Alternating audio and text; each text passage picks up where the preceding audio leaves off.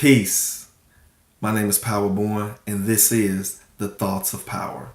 In my first ever episode, we'll be discussing the hottest topic in America, or dare I say in the world, Black Panther. I won't be going into a deep dive about this because this is not going to be a long video. My goal is not to go past 7 minutes. All right. What I want to talk about is what can we, as the Black community, walk out of the theater with? Because I know our energy was extremely high. I felt it when I was there in the theater. I've been feeling it ever since I walked out, talking to people about it. It's a certain level of pride that this movie is bringing. It's, dare I say, it's a wake up like hearing Malcolm X talk for the first time. I'm not saying it is him, but I said it's like having that profound effect. I'm making an analogy that it has that profound effect. And one of the main things I want to start with that to me causes that effect is the imagery. Here it is. We now have a movie that's on the books, not showing us as drug dealers, not showing us as drug addicts, pimps, hoes, abusive, child-leaving men, drug addict mothers, unwed mothers, anything like that. It didn't show that.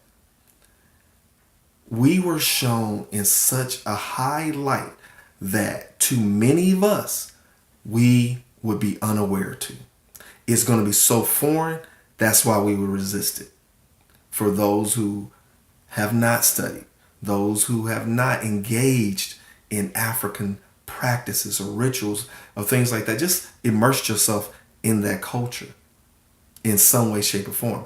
It's going to be foreign to you, and what's a shame is due to conditioning, you will resist it. You'll say, oh, it has to be a fantasy. But what I'm here to say is it's not a fantasy.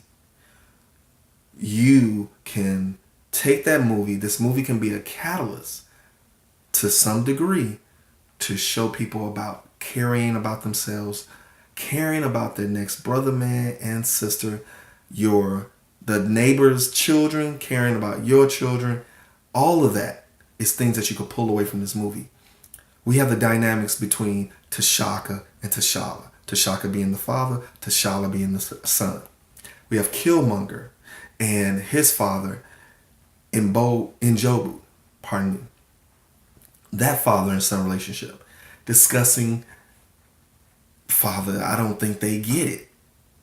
I'm going to do my best not to have any spoilers in this video. Let me go on record and say that.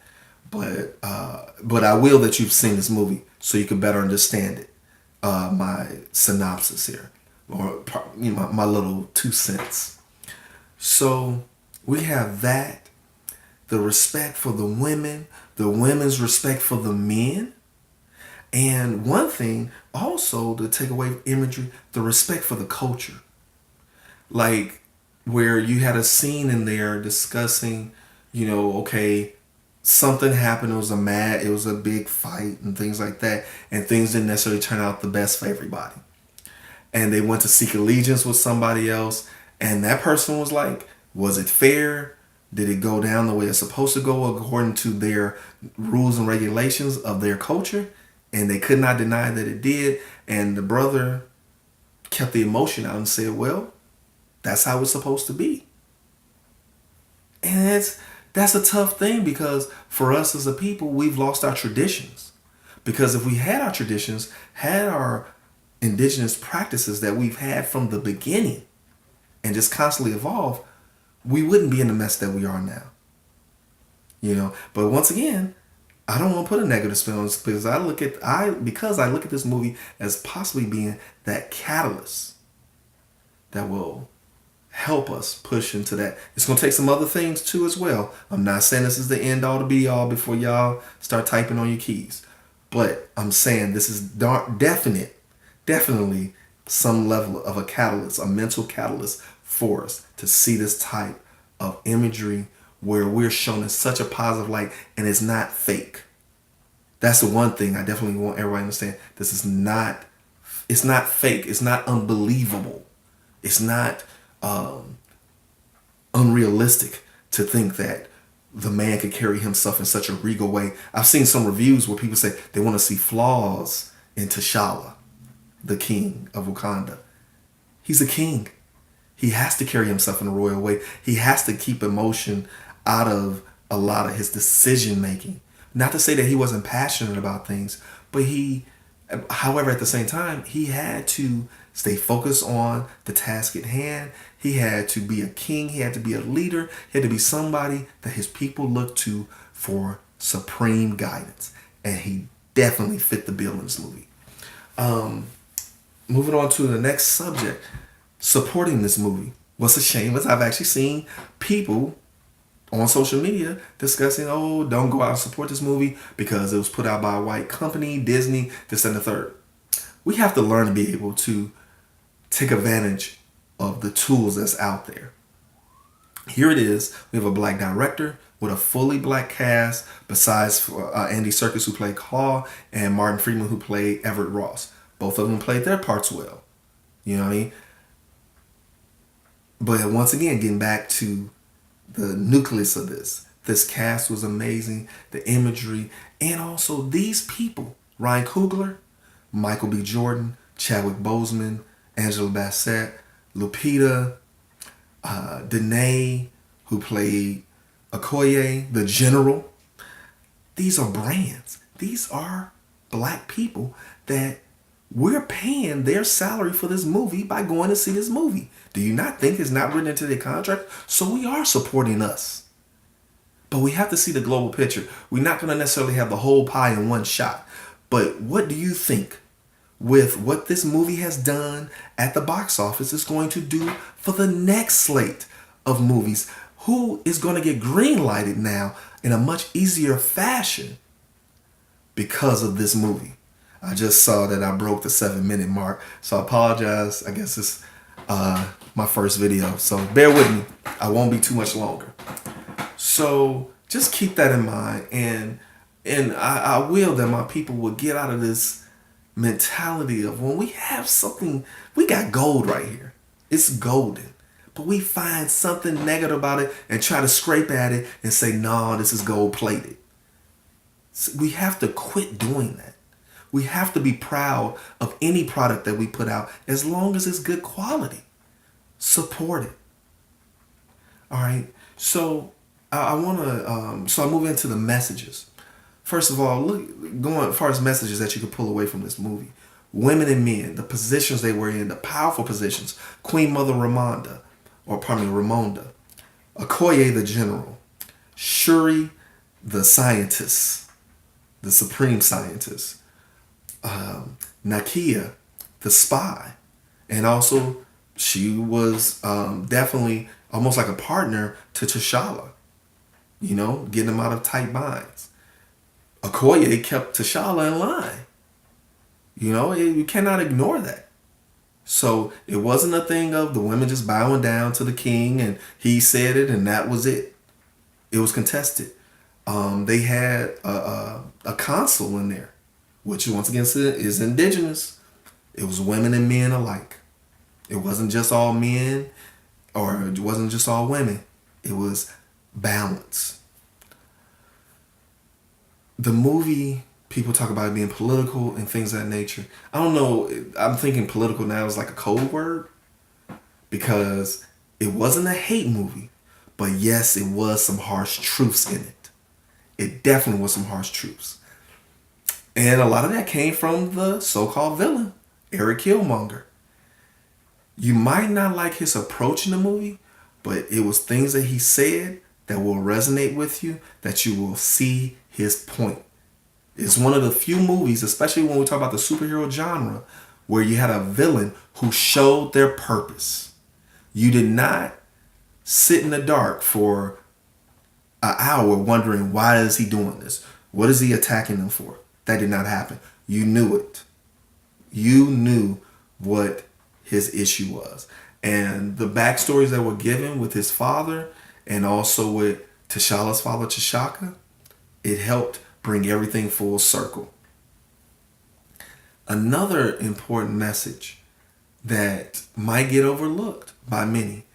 So you talk about, what was the main source, main power for Wakanda? Vibranium.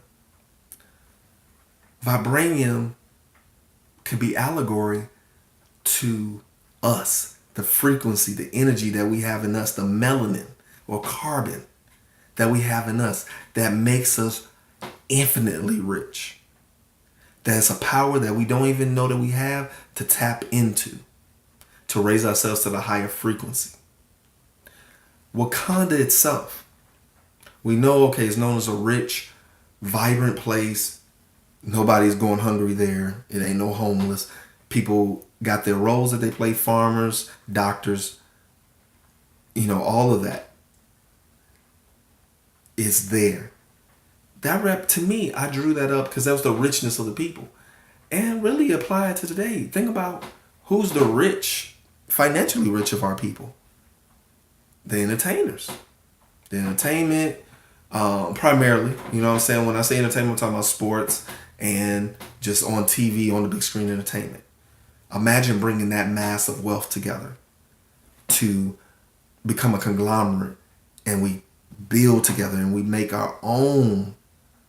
So we don't have to sit here and talk about, well, they the ones who put it out and that's really not for us. That's not our movie. This and that. It is our movie. Because we are the ones that movie is going to resonate with the most. Okay? I'm going to do my best not to break the 15-minute mark. I'm going to actually put my word on that one. Okay? So, and I want to wrap this up right now. Final message. I've seen, once again, on social media, Team T'Challa, Team Killmonger. What's the mindset going forward? First of all, when we look at it from that perspective of saying like it's too different, they weren't actually different.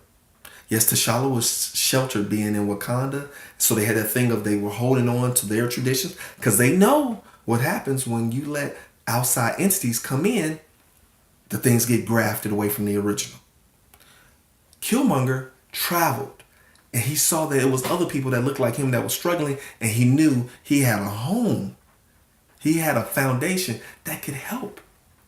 So neither one was wrong in the point of you want to take care of what you have, which once again, that translates to us. Take care of your neighborhoods. You can take care of that. You don't have to say, oh, well, what they do in another section of the city that seems better and it's people that don't look like us and it's treated better this and third. You have a choice to pick up litter. You have a choice not to throw litter down. You have a choice to cut your grass. You have a choice to plant flowers. All of that is a choice. And you can start small. It's a choice just to sweep your stoop off. You might not have the money to buy flowers or do all that, I guess you might say extracurricular fancy stuff. But just making sure you keep it clean. There's no cost to that. People, once you see the movie, you might say the way the villain might have went about his desire to help the people abroad might not have been the best method. But in the end, at the end of the day, him and T'Challa were actually on the same page. They were eventually going to be on the same page because it was understood that they knew they were not just in the world alone, even though that's how they treated things, because they were just trying to protect their culture. Okay, so I'll wrap it up right there. I appreciate your time. If you take the time to watch this video, I'm so appreciative. If you remember, leave a like. First of all, leave a comment. Tell me if I did bad. Tell me if you got something from this video. I will that you are able to walk away with something from this. Go see that movie. Support it, because you are supporting those people that are within that movie. And long-term, think long-term, my people. What is it going to do for the next set of movies that we want to come out with? Now we can start seeing stuff talking about Mansa Musa and other great black historical characters that we have not been able to see. All right. So that's it. I'm going to wrap it up. Once again, my name is Power Born. This is going to be Thoughts of Power. Peace.